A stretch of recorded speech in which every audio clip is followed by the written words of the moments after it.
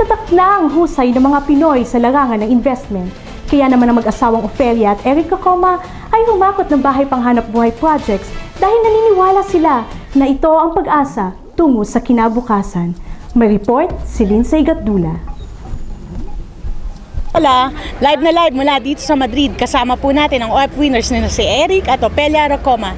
Ilan po ba at saan-saan po kayo nag-invest sa PhilInvest?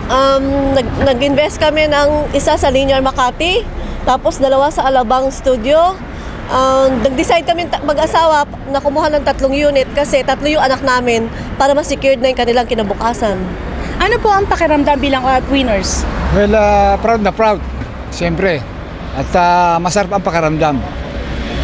Kasi palagay ko ito na ang paraan para maiahon sa kahirapan. Kaya yung 3 kong anak, sinisigurado ko na kanilang kinabukasan. Bakit po kayo sa PhilInvest kumuha? Sa pagkakaalam ko, kasi sa dami ng developer, sila ang matatag. At ang construction na materials na ginagamit nila, 100% talagang quality.